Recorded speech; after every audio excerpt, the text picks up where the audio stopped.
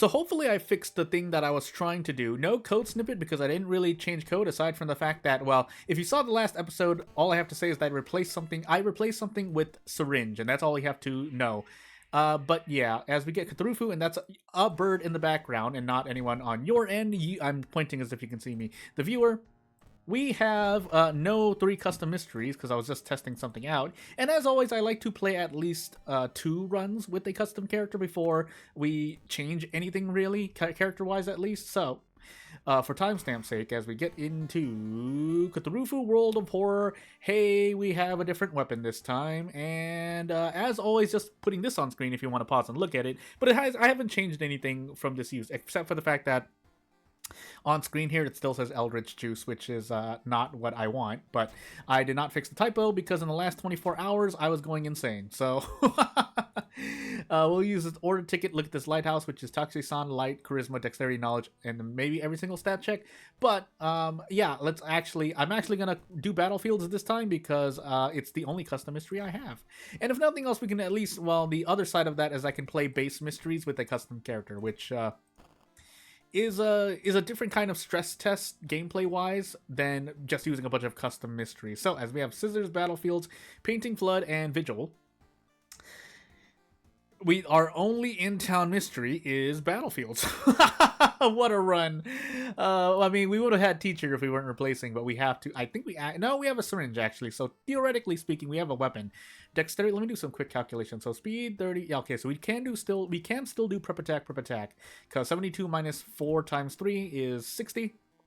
So prep is 40 time units, and into scissors we go. Now, if we get the thingamajiggy, I do want to keep using the syringe for posterity's sake, but I don't think I'm using that word correctly. And we're going to be using the syringe anyway, because guess what? The wooden bat is likely worse, and we are in timeline B anyway. I think it was clap bow. I just forgot because I was trying to think of what to say. Okay, yeah. Clap 4 bows. F-O-U-R, not F-O-R, and we will see how this run goes. So, the only thing I wanted to mention is that in the 0.5 episode, I was supposed to show what was coming in this video, which is in Battlefields, because it's really just a little graphical switch. I mean, the last episode even, not 0.5, I showed you an enemy, and basically a work in progress. I didn't make any more progress because, as I said, in the past 24 hours, yeah, I went through a thing. So, anywho, take -2 all damage, win a prize. We can throw the wooden bat. You know what? We will. So that bat saved me -1 all, but this scissor lady on timeline B, on the other hand, we'll see what happens. So, there was something else. I mean, I'm always thinking, I know I mentioned this from time to time, not recently, but definitely near recently. I do often think of things I want to talk about during a video. I think part of my muscle memory going in my brain as we get clap, bow for our ghost ritual is that I end up not wanting to go too far from gameplay because for some reason, well, I know the reason, but most of the time we're talking about gameplay. And again, I guess if you're here for that, then you're here for that.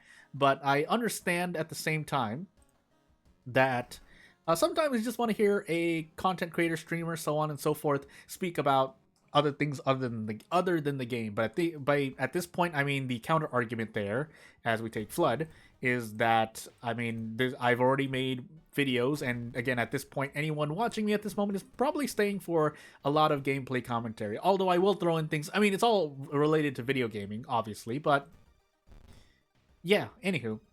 Yeah, just making sure we're not getting tackled into being drenched, because that would not be great for this mystery. I think that is the most, or top 3 harmful things that can happen to you during Flood, because it slows your time action in general. I think every single time action.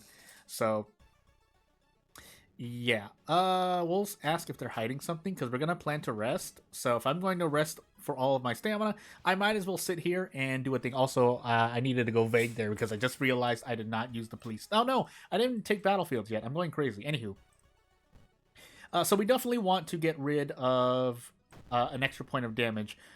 On that note, however, as we run from this enemy, maybe grabbing some damage would help out. We do have cans of Eldsoft to help us out because that ultimately costs Doom, if I recall. Yeah. Didn't even remember my own thing. But we will also take this doll. And now we deal a lot more damage. So I was supposed to rest. I'm going absolutely crazy. I slapped my own leg there because I'm wearing shorts. And yeah, off we go. So we do 8 damage per turn, and we can use the Cursed Doll if need be. But for the moment, we just do what we can. Probably just use the Can of Eldsoft. Now, we can also throw the Can of Eldsoft, but we'll find out when we need be. Because what I was trying to say earlier is that we... so I mentioned this before. I'll mention it again for anyone who's completely new to this channel. Doom should be less of a factor in Flood, and by that I mean your Doom should not increase as much in Flood, so you have to spend Doom elsewhere. For example, you have an item that increases Doom and gives you something that you can use against the boss here, or in the case of I think I made a decision earlier in Flood where I ran from an enemy. You have extra Doom to work with, so again, if you're working with my little calculation that on average you're probably taking about 16 Dooms worth of 16% Doom per mystery, then yeah, you can kind of gauge your progress in Flood after that. Because if you're doing really well in Flood, normally your Doom should increase no more than like by 6 to 8%. So yeah, we have to take battlefields now though, because theoretically speaking, there is at least a bit difficult of an enemy. Not maybe exactly a ghost encounter, but yeah, it's certainly something. So this one is healing, but my max stamina decreases, which is actually okay. But at the same time, this enemy is not really threatening me anyway, so we can just afford to gamble here. 50-50 on whether or not we hit every single attack, and I lost the coin flip, so time for Cursed Doll, I guess. And then we just get out. Now, I could just end up taking one Doom, but it's fine. So I got Eldritch Fluid and a camera. The camera does not, the flashlight does not count, the camera does not count as a light source, but I value the camera more than the flashlight for everywhere except for the lighthouse on average. So I'm just deciding whether or not I want to take something else, probably the weird substance. We'll use the order ticket one more time. Nothing happened. And now, yeah, I need to use the police station, by the way. And then we can walk forward. I think I wasn't actually keeping it in track. Nice 12 roll, by the way, game. Nice 8 roll, by the way, game. Is that I think the enemy at the end of battlefields here so far is an Eldritch enemy. And that's on purpose. So 12, roll 12, roll 8, roll 12. Man. We'll just play through it. We thankfully succeeded that luck check. And let's see. So Doomed already, probably the go-to pick here. Could think of reasons why to take the other 2 perks, but not for this run. So yeah, off we go.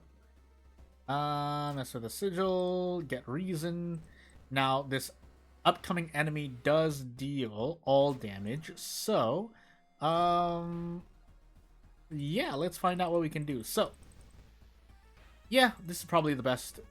So really a 90% chance to do 9 damage. We take maybe -4 all, but we also have a Can of Eldsoft. And we're entering our 4th mystery with about 50%-ish Doom at the end of this. That's pretty good, in my opinion at least. So off we go. Could have went for a dodge play, but yeah, I think that would have been more efficient. So here's your advice for the day. So there, you'll notice that I only needed to hit 2 attacks. I probably could have done some more Hocus Pocus, but the fact of the matter is, I could have gone for a dodge in the turn before the end.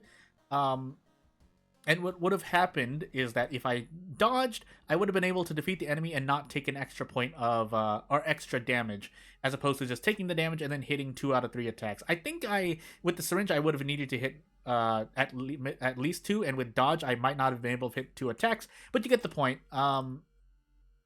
Little bits of efficiency here do help out. It's not the most significant, but it will help out. So bow, 3 claps. We could just opt to fight the Vigil encounters, but I like saving on Doom. If you like the experience, then feel free to just break the Vigil, unless of course you're doing very specific things. For example, this Vigil pamphlet has, well, yeah, the envelope, which you can open to get a ring, which I know is very, very great, especially if you get the rock ring, which increases strength. And that's just a me thing mostly. If you get the, I think the patina ring, I thought there were at least 3 rings, but if you get the patina ring and you will like dexterity because you're using a dexterity weapon, feel free to do so, basically. That's all I'm trying to say. So, as we just fill up our thingamajiggy storage, we'll keep on moving. But yeah, otherwise, as you saw there, so I didn't actually explain it when we went into the enemy for battlefields. I think it was actually moving as well, but all I really did was shift the enemy 1 frame to the left, and that was the second image. Also, I do want to consider running, but I think at this point, if we're going to pop the cursed doll like that, we're just going to go for it. Now, whether we hit all 3 of these attacks, 75%, yeah, we're going to brace. Who am I kidding? So what was I going to say? Yeah, I shifted it too, and you'll notice that the dither patterning was different for those who are not pay attention, but remember what the dithering pattern looked like. I normally like to just default to checkerboard dither pattern, meaning that 1 pixel of black and white, like a chessboard or checkerboard. Sorry. And yeah, that's what I like to do. But there are obviously a plethora of dither patterns you can use, especially in World of Horror. Sometimes they are not the same kind of, they're not a repeating pattern. For example, you might have something like I think I just lost here. Oh, my bad. Did I have it? I had Cancer Elsoff. I'm going crazy. No, I deserve this, but it's fine. Just to explain though. Actually, you know what? We'll go into Battlefields really quickly just to show you. So, we'll play the same character. That was really a bad run, but I'll stick with it. I've already failed 2 recordings. By the way, I didn't explain that. The first time I had a mic problem, and the second time the file was corrupted because I don't know why. I know it was corrupted because I could not even throw the video into my recording software. Editing software. But period. That's the end of the sentence. So, we'll just go through this really quickly so I can at least explain, and then maybe anyone who's interested in making custom content for World of Horror will at least get some, not help, but inspiration or something. I'm losing the words at the moment. But so I am using the Perm plugin, but the Perm plugin does not, it really doesn't have to do and have anything to do with what I'm going to be showing you and going over. So this will apply to base World of Horror, which is more relevant with the update that, well, is scheduled for somewhere, but we'll see when it actually comes out. But yeah, so you'll notice, yeah, this enemy is just moving left and right. There are more than a couple of things to improve upon, and this is obviously a work in progress. I would want at least the, tentacles on the hand here to move around. The dithering pattern is now a checkerboard instead of what it was earlier, which was, I think it was kind of more, what's the word for it? There was a pattern to it, but it wasn't a sporadic pattern. It was a very distinct pattern that is not checkerboard, which does add different, I guess, textures to the to graphics basically in World of War. But otherwise, yes, having these tentacles move here and there, the fingers maybe, still having the enemy kind of sway left and right.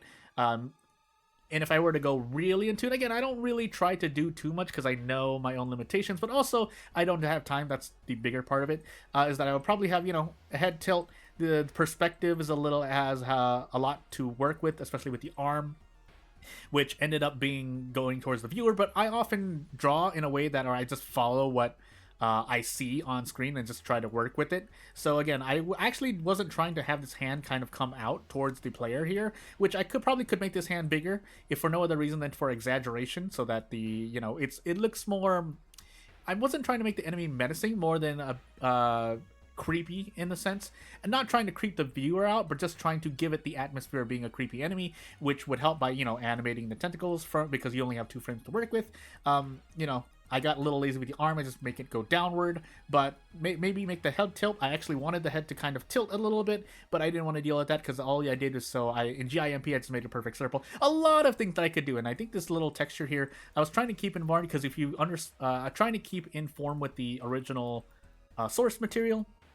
Because if you know the source material, you should be able to recognize this enemy. And if you can't, I've already made a mistake. I guess the other thing to mention too is that these eye pupils is a bit too light to actually notice, and they should be darker. There is a separate purple color that can be used at Starker, so I'll try that out. But if I don't, again, just understand that I'm just going through the motions one by one. But yeah, without further ado, not really much else to say. If you have anything to say, if you have any advice, if you have any questions, if any suggestions you want to, or anything you want to see, let me know. I'll think about it at least, because I am the content creator. It's my job to be innovative, creative, so on and so forth. But yeah, without further ado, not going to take up much more of your time. Thank you for watching, and I'll see you later. Bye!